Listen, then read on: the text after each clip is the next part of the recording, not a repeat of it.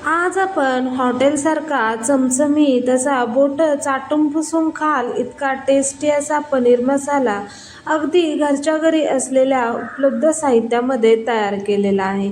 इथे बघू शकता की आपलं पनीर देखील किती सॉफ्ट आहे, अजिबात चिवट वगैरे होत नाही. त्यासाठी व्हिडिओ शेवटपर्यंत बघा. त्यासाठी इथे मी सुरुवातीला 250 ग्रॅम इतकं पनीर घेतलेलं आहे. इथे मी पनीरचे असे मोठे मोठे काप करून घेतलेले आहे. पनीर मसाला तयार करताना याच पद्धतीने मोठे मोठ्या आकारामध्ये पनीर कट करून घ्यायचं. इथे मी एक कढई गॅसवर ठेवलेली आहे. त्यामध्ये एक पळी इतकं तेल टाकलं. आता आपण हे तेल सर्व कढईमध्ये पसरवून घेणार आहोत आणि आता आपण यामध्ये पनीर फ्राय करून घेणार आहोत. आपण जे पनीरचे तुकडे तयार करून ठेवलेले होते ते पनीरचे सर्व तुकडे मी या कढईमध्ये टाकलेले आहेत. आता आपण सुरुवातीला 1 मिनिटभर गॅस फुल ठेवलेला आहे आणि फुल फ्लेमवर मिनिटभर छान असे फ्राय करून घेतलेले आहेत. त्यानंतर लो फ्लेमवर 2-3 मिनिट अशा पद्धतीने दोन्ही बाजूने आपण इथे पनीर फ्राय करून घेणार आहोत. इथे व्हिडिओत दाखवल्याप्रमाणे मी अलटीपलटी करत दोन्ही बाजूने छान असं पनीर फ्राय करून घेतलेलं आहे. इथे तुम्ही बघू शकता की आपलं पनीर छान फ्राय करून झालेलं आहे. ते मी एका ताटात काढून घेतलं.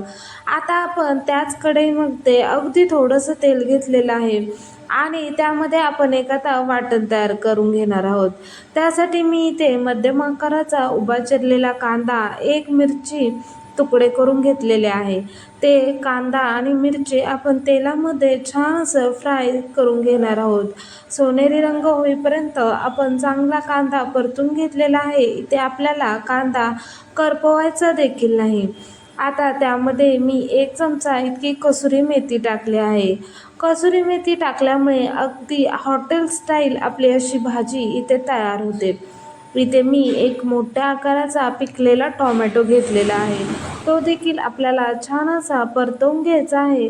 तुमच्याकडे मोठ्या आकाराचा टोमॅटो नसेल, लहान असेल तर 2 टाकले तरी देखील चालतील. इथे मी 5-6 लसणाच्या पाकळ्या आणि 1 इंच आल्याचा तुकडा टाकलेला आहे. हे सर्व जिन्नस चांगले परतून घेतले. थंड करून एका मिक्सरच्या भांड्यात काढून घेतले. इथे मी 2 चमचे इतकं मगज बी आणि 5-6 काजू अर्धा तास गरम पाण्यात भिजत ठेवलेले होते ते देखील मिक्सरच्या भांड्यात काढून घेतलेले आहेत आणि 1 मूठभर हिरवीगार कोथिंबीर यामध्ये टाकली. गरजेप्रमाणे पाणी टाकून आपण याचं छान असं इथे वाटण आपण तयार करून घेतलेलं आहे. इथं असं फाईन असं वाटण आपण छान तयार करून घेतलेलं आहे. आता त्याच कढईमध्ये मी 2 पळ्या इतकं तेल टाकलेलं आहे. त्यामध्ये 1 चमचा मी काश्मीरी मिरची पावडर टाकलेली आहे. तुम्ही घरातील कोणतंही लाल तिखट जरी टाकलं तरी देखील चालेल.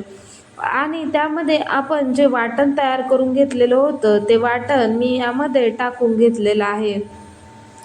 अशा पद्धतीने तेलामध्ये मिरची पावडर किंवा लाल तिखट टाकल्यामुळे आपल्या वाटणाला छान असा रंग येतो. इथे आता आपण वाटण चांगलं तेल सुटेपर्यंत 7-8 मिनिटं परतवून घ्यायचं आहे. इथे तुम्ही बघू शकता की आपल्या वाटणाला छान असा रंग आलेला आहे. अगदी मस्त असं आपलं हे वाटण तयार झालेलं आहे. आता आपल्याला मीडियम फ्लेमवर मस्त असं वाटण परतून घ्यायचं आहे जेणेकरून आपल्या भाजीची चव छान अशी हॉटेल स्टाईल लागते. आपण जितकं वाटण चांगलं परतवून घेऊ तितकीच भाजीची चव छान लागते. त्यासाठी वाटण परतत असताना अजिबात गडबड करायची नाही. अगदी मस्त असं तेल सुटेपर्यंत आपल्याला हे वाटण छान असं परतून घ्यायचं आहे. इथे वाटण आपल्याला करपवायचं देखील नाही. वाटण जर कढईला चिकटत असेल तर त्यामध्ये अगदी थोडंसं 3-4 चमचे पाणी टाकून वाटण जरी परतवून घेतलं तरी देखील चालेल.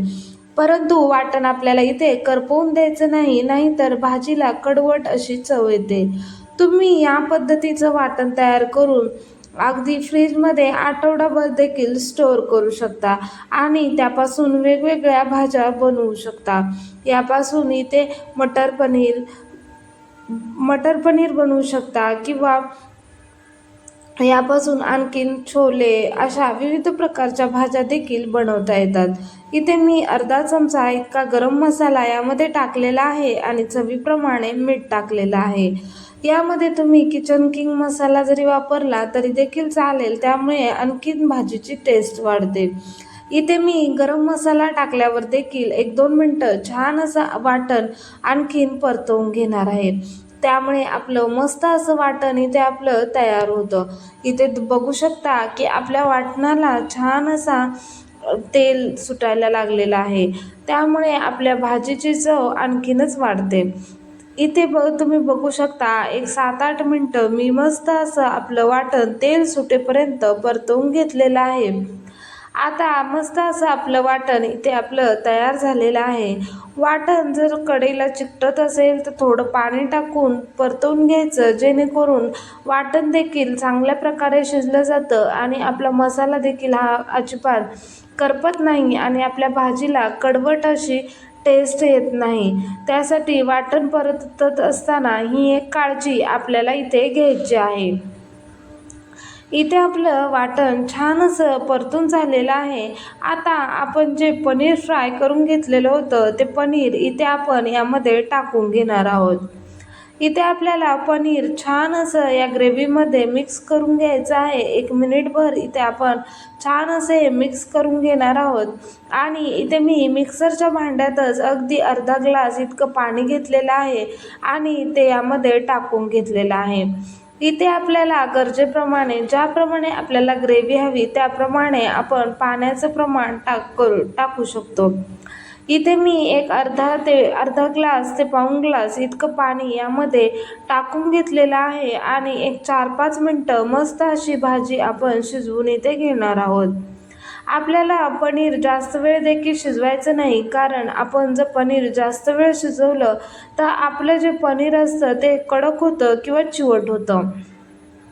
त्यामुळे फक्त 4 ते 5 मिनिटच इथे मी छान अशी भाजीला इथे उकळी येऊन देणार आहे. मस्त असं आपलं एक 4 ते 5 मिनिटांमध्ये अगदी कमीत कमी वेळामध्ये आपली ही हॉटेल स्टाईल अशी भाजी आपली इथे तयार होते. इथे तुम्ही बघू शकता की मस्त असं आपलं पनीर इथे सॉफ्ट असं तयार झालेलं आहे. अजिबात तुकडे वगैरे पडत नाहीत आणि चिवट देखील तयार होत नाही. इथे 4-5 मिनिटांनंतर मस्त अशी आपली ग्रेव्ही तयार झालेली आहे.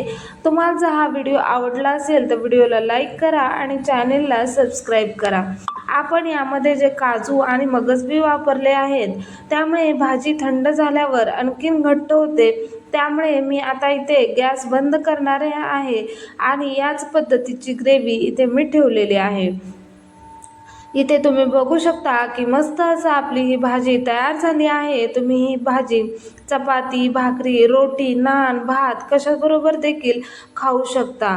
इथे आपली मस्तपैकी ही पनीरची भाजी इथे मी ताटामध्ये एका काढून घेतलेली आहे. मस्त असा हा आपला पनीर मसाला तयार झालेला आहे. इथे तुम्ही बघू शकता पनीर सुद्धा आपलं अगदी सॉफ्ट असं इथे राहतं.